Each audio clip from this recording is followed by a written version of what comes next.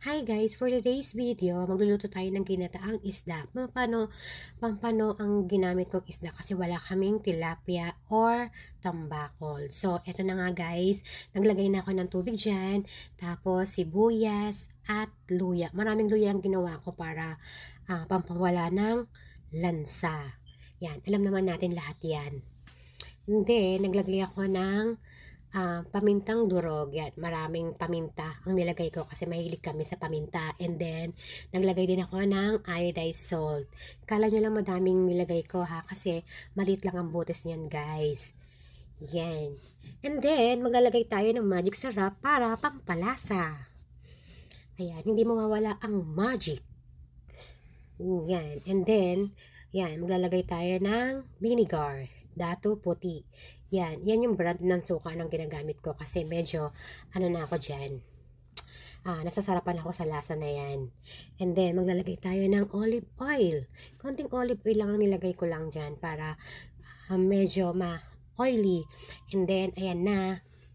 Lulutuin na natin siya para maging paksiw. Ayan, bago natin lagyan ng gata.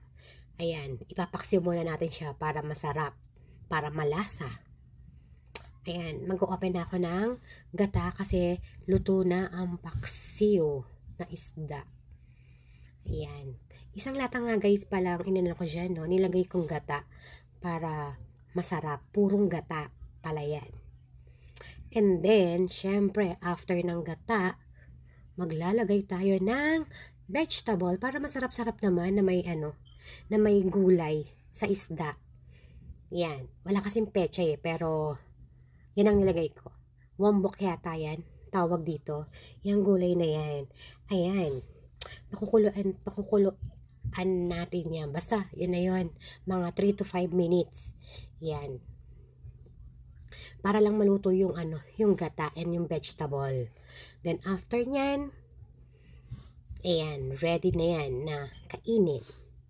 So, try nyo yan guys Try nyo yung isdang yan na pampano. Masarap. Masarap din siyang igata. Promise. Okay, hanggang dito na lang ang aking video. Bye!